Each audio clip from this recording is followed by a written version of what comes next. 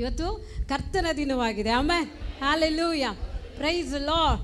ಅದೇ ಥರ ಇವತ್ತು ನಿಮಗೆ ವಿಶೇಷವಾದ ದಿನವಾಗಿದೆ. ಆಮೇಲೆ ಇವತ್ತು ಬಹಳ ಸಂತೋಷವುಳ್ಳವಳಾಗಿ ನಿಮಗೆ ನಾನು ವಿಶ್ ಮಾಡಲಿಕ್ಕೆ ಬಯಸ್ತಾ ಇದ್ದೇನೆ. ಎಲ್ಲ ನಮ್ಮ ಬೆರಾಕದಲ್ಲಿರುವಂಥ ಎಲ್ಲ ಫಾದರ್ಸ್ಗಳಿಗೂ ಇವತ್ತು ಹ್ಯಾಪಿ ಫಾದರ್ಸ್ ಡೇ. ದೇವರು ನಿಮ್ಮನ್ನು ಆಶೀರ್ವದಿಸಲಿ. ಫಾದರ್ ಅಂದರೆ ಯಾರು ಅಂದರೆ 18 ವರ್ಷ ಮೇಲ್ಪಟ್ಟಂತಹ ಮಕ್ಕಳುಗಳು ಕೂಡ ಫಾದರ್ಸೇ. ಯಾಕೆಂದರೆ ಅವರ ಮನೆಯಲ್ಲಿ ಅವರೇ ಎರಡನೇ ತಂದೆ ಆಗಿದ್ದಾರೆ. ಆಮೇಲೆ ಮಕ್ಕಳು ಹುಟ್ಟಿದರೆ ಮಾತ್ರ ತಂದೆ ಎನಿಸ್ಕೊಳ್ಳೋದಿಲ್ಲ. ಅಬ್ರಹಾಮನು ಎಲ್ಲರಿಗೂ ಏನಾಗಿದ್ದ? ವಾಗ್ದಾನಗಳ ತಂದೆ ಆಗಿದ್ದ ಅಲ್ವಾ? ಸಕಲ ವಾಗ್ದಾನಗಳಿಗೂ ಮತ್ತು ವಿಶ್ವಾಸಕ್ಕೂ ತಂದೆ ಆಗಿದ್ದ. ಆಮೇಲೆ ನನಗೆ ಮದುವೆ ಆಗಿಲ್ಲ, ನನಗೆ ಮಕ್ಕಳಾಗಿಲ್ಲ ಅಂತ ಕೂತ್ಕೊಬಿಡ್ರಿ. You have a responsible role. ಆಮೇಲೆ ಸಭೆಯಲ್ಲಿ ಒಂದೊಂದು ಮಗುವನ್ನು ಆತ್ಮಿಕ ತಂದೆಯಾಗಿ ನಡೆಸಲಿಕ್ಕೂ ನೀವು ಬದ್ಧರಾಗಿದ್ರೆ. ಅದರಿಂದ ಎಲ್ಲರೂ ಎಚ್ಚರವಾಗಿ ಈ 2 ನಿಮಿಷ ನಿಮ್ಮ ಪಾಸ್ಟ್ರು ಈಗ ಮೆಸೇಜ್ ಕೊಡ್ತಾರೆ. ನಾನೊಂದು 2 ನಿಮಿಷ ನಿಮ್ಮನ್ನು ಅಭಿನಂದಿಸಲಿಕ್ಕೆ ನಾನು ಬಯಸ್ತಾ ಇದ್ದೇನೆ. ಆಮೇಲೆ hallelujah, you are the real heroes. ಆಮೇಲೆ ಒಂದು ಮನೆಯ ರಿಯಲ್ ಹೀರೋಗಳಾಗಿದ್ದೀರಾ. ಆಮೇಲೆ ಪ್ರೈಸ್ ದ ಲಾರ್ಡ್. ನೀವಿಲ್ಲದೆ ನಿಜವಾಗಿ ಹೇಳಬೇಕಾದ್ರೆ ಮನೆ ನಡೆಯೋದಿಲ್ಲ.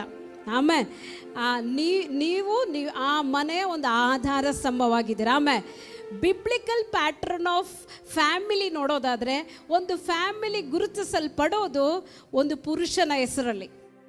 ಅಬ್ರಹಾಮನ ದೇವರು, ಈಸಾಕನ ದೇವರು, ಯಾಕೋಬನ ದೇವರು.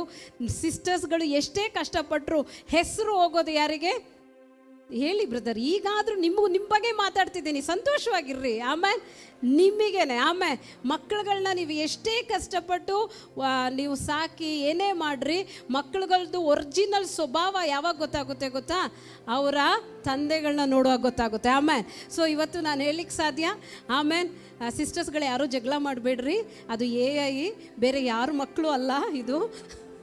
ಓಕೆ, ನಾನೀಗ ಹೇಳ್ತಾ ಇದ್ದೇನೆ, ನಿಜವಾಗ್ಲೂ ನಿಮಗೊಂದು ದೇವರು ದೊಡ್ಡ ರೆಸ್ಪಾನ್ಸಿಬಲನ್ನು ಕೊಟ್ಟಿದ್ದಾರೆ. ಆಮೇಲೆ ನೀವು ಅನೇಕರನ್ನ ಮನೆಯಿಂದ ಕಟ್ಟುವಂಥವರಾಗಿದ್ದೀರಾ. ಆಮೇಲೆ ಹಲ್ಲೆಲೂಯಾ.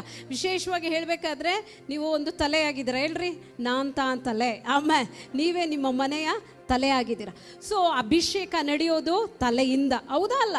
ತಲೆಯಿಂದ. ಆಮೇಲೆ ಆರೋನನ ತಲೆ ಮೇಲೆ ಹಾಕಿದ ತೈಲ ಕೆಳಗಡೆ ಸುರಿದ ಹಾಗೆ ನಿಮ್ಮ ಮನೆಯ ಮೇಲೆ ದೇವರ ಅಭಿಷೇಕ ಕೊಡಬೇಕಾ, ಬ್ಲೆಸ್ಸಿಂಗ್ ಕೊಡಬೇಕಾ, ಆರೋಗ್ಯದಲ್ಲಿ ಆಶೀರ್ವದಿಸಬೇಕಾ, ನಿಮ್ಮ ಒಂದು ವೃತ್ತಿಯನ್ನು ಆಶೀರ್ವದಿಸಬೇಕಾ, ನೀವು ಏನಾದರೂ ಹೇಳ್ರಿ, ಎನಿ ಬ್ಲೆಸ್ಸಿಂಗ್ಸ್ ಅದು ಎಲ್ಲಿಂದ ಬರಬೇಕು ಅಂದರೆ ಮೇಲಿಂದನೇ ಬರಬೇಕು. ಆಮೇಲೆ ಹಲ್ಲೆಲೂಯಾ.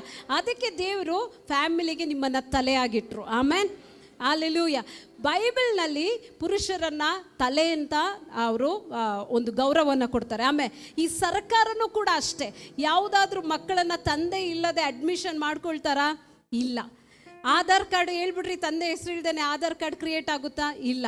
ಅಂದರೆ ಗೌರ್ಮೆಂಟಿಗೂ ಪುರುಷರು ಎಷ್ಟು ಪ್ರಾಧಾನ್ಯ ಅಂತ ಗೊತ್ತು, ಅದೇ ರೀತಿ ದೇವರಿಗೂ ಗೊತ್ತು ನೀವು ಎಷ್ಟು ಇಂಪಾರ್ಟೆಂಟ್. ಆದರೆ ನಿಮಗೆ ಗೊತ್ತಿಲ್ಲ ನೀವು ಎಷ್ಟು ಇಂಪಾರ್ಟೆಂಟ್ ಅಂತ.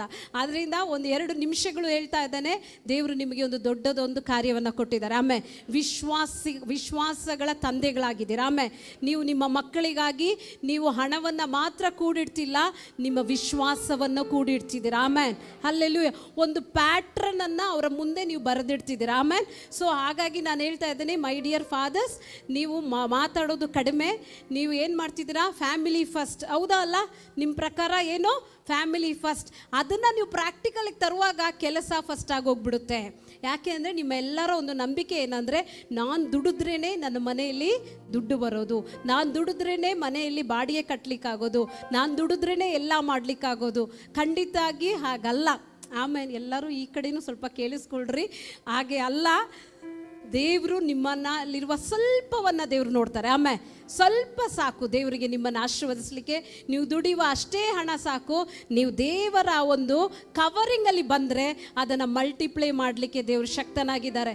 ನಿಮ್ಗೆ ಹೇಗೆ ಫ್ಯಾಮಿಲಿ ಫಸ್ಟೋ ಅದೇ ರೀತಿ ನೀವು ಪ್ರಾಕ್ಟಿಕಲಲ್ಲೂ ಕೂಡ ನೀವು ಫ್ಯಾಮಿಲಿಗೆ ಸಮಯನ ಕೊಡ್ರಿ, ಮಾತಾಡ್ರಿ. ಸಿಸ್ಟರ್ಸ್ಗಳು, ಮಕ್ಕಳುಗಳು ಬೇರೆ ಏನು ನಿಮ್ಮನ್ನು ಕೇಳೋದಿಲ್ಲ. ಅಪ್ಪ ಒಂಚೂರು ಮಾತಾಡು, ಅಪ್ಪ ನಮ್ಮ ಜೊತೆ ಸ್ವಲ್ಪ ಇರೋ ರೀ, ನನ್ನ ಜೊತೆ ಮಾತಾಡ್ರಿ, ನಾನು ಹೇಳೋದನ್ನ ಕೇಳಿಸ್ಕೊಳ್ರಿ. ಇದನ್ನು ಬಿಟ್ಟರೆ ನಾನು ಅಂದ್ಕೊಳ್ತೀನಿ ಬೇರೆ ಏನು ಹೆಚ್ಚಾಗಿ ಇವ್ರು ಕೇಳೋದಿಲ್ಲ. ಸೊ ಹಾಗಾಗಿ ನಮ್ಮ ರಿಯಲ್ ಹೀರೋಗಳಿಗೆ ನಾನು ಹೇಳ್ತಾ ಇದ್ದೇನೆ, ನೀವು ಏನೋ ಒಂದು ಲೆಗಸಿಯನ್ನು ಪಾಸ್ ಮಾಡಲಿಕ್ಕಿದ್ದೀರಾ. ಆಮೇನ್.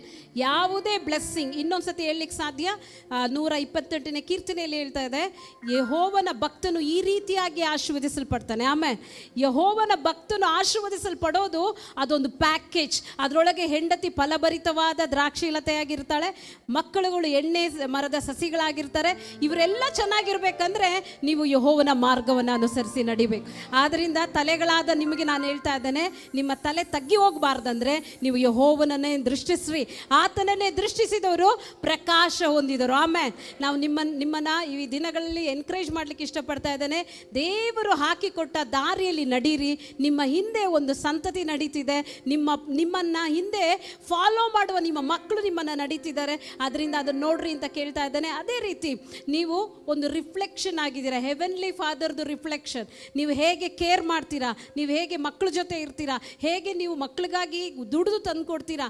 ಸೊ ನಿಮ್ಮ ಪ್ರಾವಿಷನ್, ನಿಮ್ಮ ಪ್ರೊಟೆಕ್ಷನ್, ನಿಮ್ಮ ಲವ್, ಕೇರಿಂಗ್ ಎಲ್ಲವೂ ಸ್ವರ್ಗೀಯ ತಂದೆಯ ಒಂದು ನೆರಳಾಗಿದೆ. ಆಮೇಲೆ ಅದಕ್ಕೆ ವಾಕ್ಯ ಹೇಳ್ತಾ ಇದೆ, 103ನೇ ಕೀರ್ತನೆ 13ನೇ ವಾಕ್ಯದಲ್ಲಿ ನಾವು ನೋಡ್ತೇವೆ, ತಂದೆಯು ಮಕ್ಕಳನ್ನು ಕನಿಕರಿಸುವಂತೆ ಯೆಹೋವನು ತನ್ನಲ್ಲಿ ಬಾಯ್ಭಕ್ತಿ ಉಳ್ಳವರನ್ನು ಕನಿಕರಿಸ್ತಾನೆ. ಆಮೇಲೆ ತಂದೆ ಹಾಗೆ ನಾನು ಒತ್ತುಕೊಂಡು ಬಂದೆ, ತಂದೆ ಹಾಗೆ ನಿಮ್ಮನ್ನು ಸಾಕಿದೆ. ಈ ರೀತಿ ದೇವರು ನಿಮಗೆ ಮಾತ್ರ ಹೋಲಿಸ್ಕೊಂಡಿದ್ದಾರೆ. ಆಮೇಲೆ ನಿಮ್ಗೆ ಅರ್ಥ ಆಗ್ತಿಲ್ಲ ಅನಿಸುತ್ತೆ. ಹೆವೆನ್ಲಿ ಫಾದರ್ ತನ್ನನ್ನು ತಾನು ಹೋಲಿಸಿಕೊಂಡಿದ್ದು ಒಂದು ತಂದೆಗೆ. ಆಮೇಲೆ ಹಾಲೆಲೂಯ. ತಂದೆಗಿಂತಲೂ ಹೆಚ್ಚಾಗಿ ಪೋಷಿಸ್ತೇನೆ ಎಂದಿದ್ದಾರೆ. ಆದ್ದರಿಂದ ನೀವು ಈ ಭೂಮಿಯಲ್ಲಿರುವಾಗ ನಿಮ್ಮ ಮಕ್ಕಳಿಗೆ, ನಿಮ್ಮ ಹೆಂಡತಿಗೆ, ನಿಮ್ಮ ತಂದೆ ತಾಯಿಗಳಿಗೆ ನೀವೊಂದು ದೇವರ ಪ್ರತಿರೂಪವಾಗಿದ್ದೀರಾ. You are the reflection. ಒಳ್ಳೆ ತಂದೆ ಒಳ್ಳೆ ಮನೆಯನ್ನು ಕೊಡ್ತಾರೆ. ಒಳ್ಳೆ ತಂದೆ ಇರುವ ಮನೆಯಿಂದ ಒಳ್ಳೆ ಮಕ್ಕಳು ಉಂಟಾಗ್ತಾರೆ. ಆದ್ದರಿಂದ ನೀವು ಎಲ್ಲ ಕಡೆ ಹೋಗ್ತಿದ್ದೀರಾ, ಆದರೆ ನಿಮ್ಮ ಮನೆ ಒಳಗಡೆ ನೀವೇನು ಮಾಡ್ತಿದ್ದೀರಾ ಅನ್ನೋದು ಬಹಳ ಇಂಪಾರ್ಟೆಂಟ್. ಕೊನೆಯದಾಗಿ ನಾನು ಹೇಳಲಿಕ್ಕೆ ಬಯಸ್ತಾ ಇದ್ದೇನೆ, ಫ್ಯಾಮಿಲಿ ಲೆಗಸಿ. ಆಮೇಲೆ ನೀವು ಏನು ಮಾಡ್ತಿರೋ ಅದು ಮುಂದೆ ಬರುತ್ತೆ. ನಾನೊಂದು ಎಕ್ಸಾಂಪಲ್ ಹೇಳ್ತಾ ಇದ್ದೇನೆ. ಅವ್ರ ಹೆಸರಾಗಿದೆ ರಿಕ್ಕಿ ಹಸ್ಬೆಂಡ್ ಎಂಬುದಾಗಿ. ಅವರೊಬ್ಬರು ಆಸ್ಟ್ರೋನೆಟ್. ನಾನು ಸ್ವಲ್ಪ ಜನ ಕೇಳಿದ್ದೀನಿ, ಇವತ್ತು ಇನ್ನೊಂದು ಸರಿ ಹೇಳಕ್ಕೆ ಇಷ್ಟಪಡ್ತೀನಿ. ಎಲ್ಲ ತಂದೆಗಳು ಕೇಳ್ರಿ. ಒಬ್ಬರು ಆಸ್ಟ್ರೋನೆಟ್ ಅಂದರೆ ಗಗನಯಾತ್ರಿ. ಅವ್ರ ಹೆಸರು ರಿಕ್ಕಿ ಹಸ್ಬೆಂಡ್. ಅವ್ರಿಗೊಬ್ರು ಮಗಳು, ಒಬ್ಬ ಮಗ ಇದ್ದರು. ಭಾಳ ಡೈಲಿ ಡಿವೋಷನ್ ಮಾಡ್ತಿದ್ರು, ಫ್ಯಾಮಿಲಿ ಪ್ರೇಯರ್. ಆಮೇಲೆ ಮಾಡುವಂಥ ಪ್ರತಿಯೊಬ್ಬರು ಇಲ್ಲಿ ಗಮನ ಇಟ್ಟು ಕೇಳಬೇಕು. ಡಿವೋಷನ್, ಕುಟುಂಬ ಪ್ರಾರ್ಥನೆ ಇಲ್ಲದೆ ಒಂದಿನ ಇರಲಿಕ್ಕಾಗಲಿಲ್ಲ. ಹಾಗಿರುವಾಗ ಫೆಬ್ರವರಿ 2003ನಲ್ಲಿ ಸ್ಪೇಸಿಂದ ಒಂದು ಕಾಲ್ ಬರುತ್ತೆ. ತಕ್ಷಣವೇ ಇವರು ಆ ಒಂದು ಗ್ರೂಪ್ ಆಫ್ ಆಸ್ಟ್ರೋನೆಟ್ ಎಲ್ಲರೂ ಸ್ಪೇಸಿಗೆ ಹೋಗಬೇಕಾಗುತ್ತೆ. ಆ ಸಮಯದಲ್ಲಿ ಅವ್ರೇನು ಮಾಡ್ತಾರೆ ಅಂದರೆ 17 ದಿನದ ಗಗನ ಯಾತ್ರೆಗೆ ಹೋಗೋದ್ರಿಂದ ಫ್ಯಾಮಿಲಿ ಪ್ರೇಯರ್ ಮಿಸ್ ಆಗಬಾರ್ದು ಅಂತ ತನ್ನ ಮಗಳಿಗೆ ಸಪ್ರೇಟಾಗಿ 17 ವಿಡಿಯೋ, ತನ್ನ ಮಗನಿಗೆ ಸಪ್ರೇಟಾಗಿ 17 ವಿಡಿಯೋ, ಒಂದು 10 ನಿಮಿಷ ಡೈಲಿ ಡಿವೋಷನ್ ವಿತ್ ಡ್ಯಾಡ್ ಅಂತ ಹೆಸರು. ಆಮೇಲೆ hallelujah, daily devotion with dad. ನೋಡ್ರಿ, ಆ ಒಂದು ನೇಮಲ್ಲಿ ಅವರು ವಿಡಿಯೋಸ್ನ ಮಾಡ್ತಾರೆ. ಅದರಲ್ಲಿ ಪ್ರೇಯರ್ ಇದೆ, ಅದರಲ್ಲಿ ಪ್ರೈಸ್ ಆ್ಯಂಡ್ ವರ್ಷಿಪ್ ಇದೆ, ಅದರಲ್ಲಿ ವಾಕ್ಯ ಇದೆ. ಹಾಗೆ ಮಾಡಿಬಿಟ್ಟು ಅವ್ರ ಹೆಂಡತಿ ಕೈಯಲ್ಲಿ ಹ್ಯಾಂಡ್ ಓವರ್ ಮಾಡಿ ಡೈಲಿ ಒಂದೊಂದು ವಿಡಿಯೋನ ನೀನು ಮಗುಗೆ ಹಾಕಿ ನೋಡಬೇಕು. ಸೊ ದ್ಯಾಟ್ ಅವರು ದೇವರನ್ನು ನನ್ನನ್ನು ಮಿಸ್ ಮಾಡಬಾರ್ದು ಅಂತೇಳಿ 17 ವಿಡಿಯೋಗಳನ್ನು ದೇವರು ಅವರಿಗೆ ಹ್ಯಾಂಡ್ ಓವರ್ ಮಾಡಿ ಹೋಗ್ತಾರೆ.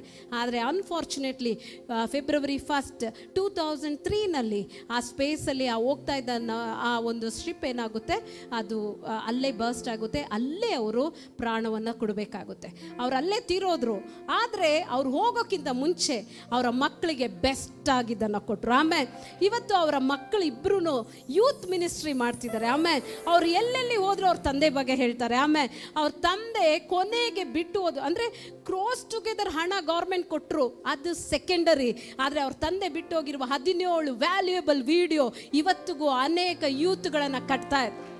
ಆಮೇಲೆ ಇವತ್ತು ನಾನು ಕೇಳ್ತಾ ಇದ್ದೀನಿ, ಮೈ ಡಿಯರ್ ಫಾದರ್ ಆಫ್ ಬೆರಾಕಾ, ನನ್ನನ್ನು ಆಲಿಸ್ತಿರುವಂಥ, ಆನ್ಲೈನಲ್ಲಿ ಆಲಿಸ್ತಿರುವಂಥ ಪ್ರಿಯ ತಂದೆಗಳೇ, ಆಮೇಲೆ ನೀವು ನಿಮ್ಮ ಮಕ್ಕಳಿಗೆ ಏನನ್ನು ಕೊಡ್ತಾ ಇದ್ದೀರಾ? ಆಮೇಲೆ ನಾನು ಹೇಳ್ತಾ ಇದ್ದೇನೆ, ನನ್ನ ಕಷ್ಟಪಟ್ಟು ನಾನು ದುಡಿದು ಕಾರ್ ತೊಗೊಂಡೆ, ಮನೆ ಕಟ್ಟಿದೆ, ಅಥವಾ ನಾನು ನಿನಗೆ ಫೀಸ್ ಕಟ್ತಾ ಇದ್ದೀನೋ ಅನ್ನೋ ಬದಲು ಅಲ್ಲಿಗೆ ಒಂದು ದೇವರು ಅನ್ನೊಂದು ಪದನ ಆ್ಯಡ್ ಮಾಡಿರಿ. ಆಮೇಲೆ daddy with daily devotion with dad ಅಂದಂಗೆ ನೀವು ದೇವರು ಎರಡನ್ನೂ ಮಿಕ್ಸ್ ಮಾಡಿ ಹೇಳಲಿಕ್ಕೆ ಪ್ರಾರಂಭಿಸ್ರಿ. ಅದು ಬೀಜವಾಗಿ ನಿಮ್ಮ ಮನೆಯಲ್ಲಿ ಬೆಳೆಯುತ್ತೆ. ಆಮೇಲೆ ನಾನು ನಾನು ನಾನು ಅಂತ ಹೇಳುವಾಗ ಮಕ್ಕಳಿಗೆ ಹೆಂಡತಿಗೆ ಹರ್ಟ್ ಆಗ್ಬೋದು.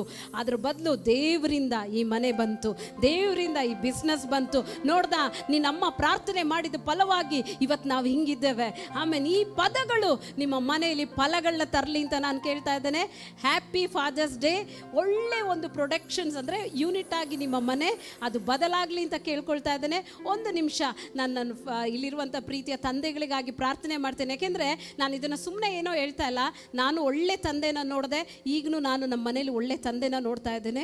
ನಮ್ಮ ಮನೇಲಿದ್ದಾಗಲೂ ನಾವು ತಂದೆಗೆ ಅಟ್ಯಾಚ್ಡ್, ಈಗ ನಮ್ಮ ಮಕ್ಕಳು ತಂದೆಗೆ ಅಟ್ಯಾಚ್ಡ್. ನಾನು ನಿಮ್ಗೆ ಏನು ಹೇಳ್ತಿದ್ದೀನಿ ಅಂದರೆ, ನಿಮ್ಮಲ್ಲಿ ಆ ಬ್ಲೆಸ್ಸಿಂಗನ್ನು ದೇವರು ಇಟ್ಟಿದ್ದಾರೆ. ಆಮೇಲೆ ಈ ಸಮಯದಲ್ಲಿ ಎಲ್ಲ ತಂದೆಗಳಿಗಾಗಿ ನಾವು ಸಿಸ್ಟರ್ಸ್ ಕಡೆಯಿಂದ ನಾವು ಒಂದು ಪ್ರಾರ್ಥನೆಯನ್ನು ಮಾಡಲಿಕ್ಕೆ ನಾವು ಬಯಸ್ತಾ ಇದ್ದೇವೆ. ಅದೇ ರೀತಿ ನಿಮ್ಮ ಕರೆಗಳನ್ನ ಹೀಗೆ ಇಟ್ಕೊಂಡ್ರೆ, ಬ್ರದರ್ಸ್ಗಳೆಲ್ಲ ನಿಮ್ಮ ಕರೆಗಳನ್ನ ಇಟ್ಕೊಳ್ರಿ. ಬಲಹೀನವಾದ ನಿಮ್ಮ ಕರಗಳಲ್ಲಿ ಬಲಶಾಲಿಯಾದ ದೇವರು ನಿಮ್ಮ ಕರಗಳನ್ನ ಹಿಡಿತಾರೆ. ಆಮೇಲೆ ಫ್ಯೂಚರ್ ಫಾದರ್ಸ್, ನಾನು ಹೇಳಿದೆ 18 ವರ್ಷ ಆಗಿ ನಾನು ನನ್ನ ಮನೆಯಲ್ಲಿ ನಾನು ಒಂದು ತಂದೆ ಸ್ಥಾನದಲ್ಲಿ ನಿಂತು ನಡೆಸ್ತೀನಿ ಅನ್ನೋರೆಲ್ಲ, ನಿಮಗೆ ಫಿಸಿಕಲಿ ಮಕ್ಕಳಿಲ್ಲದೆ ಇರ್ಬೋದು, ಆದರೆ ದೇವ್ರು ನಿಮಗೆ ಮಕ್ಕಳನ್ನ ಕೊಡ್ಲಿಕ್ಕೆ ಹೋಗ್ತಿದ್ದಾರೆ. ಆಮೇಲೆ ಅವರು ಕೂಡ ಹಿಡ್ಕೊಳ್ಬೋದು. ಅದೇ ರೀತಿ ಸಿಸ್ಟರ್ಸ್ಗಳು ನಿಮ್ಮ ಕರಗಳನ್ನ ಹಿಡ್ಕೊಳ್ರಿ. ಆಮೇಲೆ ನೀವು ಯಾವ ರೀತಿ ಪ್ರಾರ್ಥನೆ ಮಾಡ್ತೀರೋ ಅದೇ ರೀತಿಯಾದ ತಂದೆ ದೇವರು ನಿಮಗೆ ಕೊಡ್ತಾರೆ. ಆಮೇಲೆ ಒಂದು ಎಂಟಿ ಸ್ಪೇಸನ್ನು ಫಿಲ್ ಮಾಡೋಕ್ಕೆ ದೇವರಿಂದ ಮಾತ್ರ ಸಾಧ್ಯ. ಆಬ್ಸೆಂಟ್ ಫಾದರನ್ನು, ತಂದೆ ಬಿಟ್ಟು ಹೋದವರು, ಅದನ್ನೆಲ್ಲ ನಾವು ಯಾರು ಫಿಲ್ ಮಾಡಲಿಕ್ಕಾಗಲ್ಲ. ಆದರೆ ಆ ಜಾಗವನ್ನು ಸ್ವರ್ಗೀಯ ತಂದೆ ಫಿಲ್ ಮಾಡಿ ನಿಮ್ಮ ಕರಗಳನ್ನ ಹಿಡಿತಾರೆ. ಆಮೇಲೆ ಈ ಸಮಯದಲ್ಲಿ ಪ್ರಾರ್ಥಿಸ್ತಾ ಇದ್ದೇನೆ, ಕರ್ತನೆ, ನಮ್ಮ ಬೆರಾಕದಲ್ಲೂ ಆನ್ಲೈನಲ್ಲೂ ಕೇಳ್ತಿರುವಂಥ ಎಲ್ಲ ತಂದೆದಿರಿಗಾಗಿ ಸ್ತೋತ್ರ. ನಿನ್ನ ಕರುವಿಕೆ ಉದ್ದೇಶ ಇವರ ಮೂಲಕ ನೆರವೇರಲಿ ಅಪ್ಪ. ಅಪ್ಪ, ಇವರು ಮನೆಗಳಲ್ಲಿ ತಲೆಗಳಾಗಿ ಅಪ್ಪ ಕರ್ತನೆ ಆಶೀರ್ವಾದದ ಬಾಗಿಲುಗಳಾಗಿ ಇವರು ಮಾರ್ಪಡಲಿ. ಇವರ ಮೂಲಕ ಇವರ ಮನೆ ಮಂದಿ ಎಲ್ಲ ಆಶೀರ್ವದಿಸಲ್ಪಡಲಿ. ದೀರ್ಘಾಯುಷ್ಯವನ್ನು ಹೇಳ್ತಾ ಇದ್ದಾವೆ, ದೈವಿಕ ಜ್ಞಾನವನ್ನು ಹೇಳ್ತಾ ಇದ್ದಾನೆ. ನಿನ್ನ ದಾರಿಯನ್ನು ಬಿಟ್ಟು ಎಡಕ್ಕೋ ಬಲಕ್ಕೋ ತಿರುಗದಂತೆ ಇವರ ಮನೆಗೆ ಇವರ ಹೆಸರಿನಿಂದ ಕರ್ತನೆ ಪ್ರಭಾವವು ಕೀರ್ತಿಯು ಘನತೆಯು ಬರಲಿ ಎಂದು ಯೇಸುವಿನ ನಾಮದಲ್ಲಿ ಪ್ರಾರ್ಥಿಸ್ತಾ ಇದ್ದಾನೆ. ಬೇಕಾದಂತ ಕರ್ತನೆ ಬಲ ಉಂಟಾಗಲಿ, ಮನೋಧೈರ್ಯ ಉಂಟಾಗಲಿ. ದೇವರೇ, ಇವರನ್ನ ಕರ ಹಿಡಿದು ನಡೆಸು. ಈ ಮನೆಗಳಿಗೂ ಈ ಮಕ್ಕಳಿಗಳಿಗೂ ಹೆಂಡತಿಯರಿಗೂ ಅಪ್ಪ ತಂದೆ ಅಪ್ಪ ಕರ್ತನೆ ಪ್ರತಿ ಸಹೋದರ ಸಹೋದರಿಗೂ ಒಳ್ಳೆ ಒಂದು ತಂದೆಗಳಾಗಿ ನಮ್ಮ ಸಭೆಯಲ್ಲಿರುವ ಪ್ರತಿಯೊಬ್ಬ ಪುರುಷನು ಯೇಸುವಿನ ನಾಮದಲ್ಲಿ ಕರ್ತನೆ ಧನ್ಯನಾಗಿ ಮಾರ್ಪಡಲಿ, ಧನ್ಯರಾಗಿ ಮಾರ್ಪಡಲಿ. ಕರ್ತನೆ ಬ್ಲೆಸ್ಸೆಡ್ ಎಂಬುದಾಗಿ ಹೆಸರು ಬರಲಿ. ದೇವರೇ, ನಿನ್ನ ಹಸ್ತದಲ್ಲಿ ಒಪ್ಪಿಸಿಕೊಡ್ತೇನೆ. ಬಲ ಆರೋಗ್ಯವನ್ನು ಹೇಳ್ತಾ ಇದ್ದೇನೆ ಯೇಸುವಿನ ನಾಮದಲ್ಲಿ ತಂದೆ, amen. Once again happy fathers day. ನಮ್ಮ ಸಭೆಯಲ್ಲಿ ನೀವೆಲ್ಲರೂ ಬ್ಲೆಸ್ಸೆಡ್. ಆಮೆನ್. ನಿಮ್ಮನ್ನು ಸತ್ಯವೇದ ಕರೆಯುವ ಒಂದು ಹೆಸರು ಏನಂದರೆ ಬ್ಲೆಸ್ಸೆಡ್. ಆಮೇಲೆ ಬ್ಲೆಸ್ಸೆಡ್ ಆಗಿರ್ರಿ. ನಮ್ಮ ಸಭೆ ಪೂರ್ತಿಯಾಗಿ ಬ್ಲೆಸ್ಸೆಡ್ ಮೆನ್ಗಳಿಂದ ತುಂಬಲ್ಪಡಲಿ. God bless you.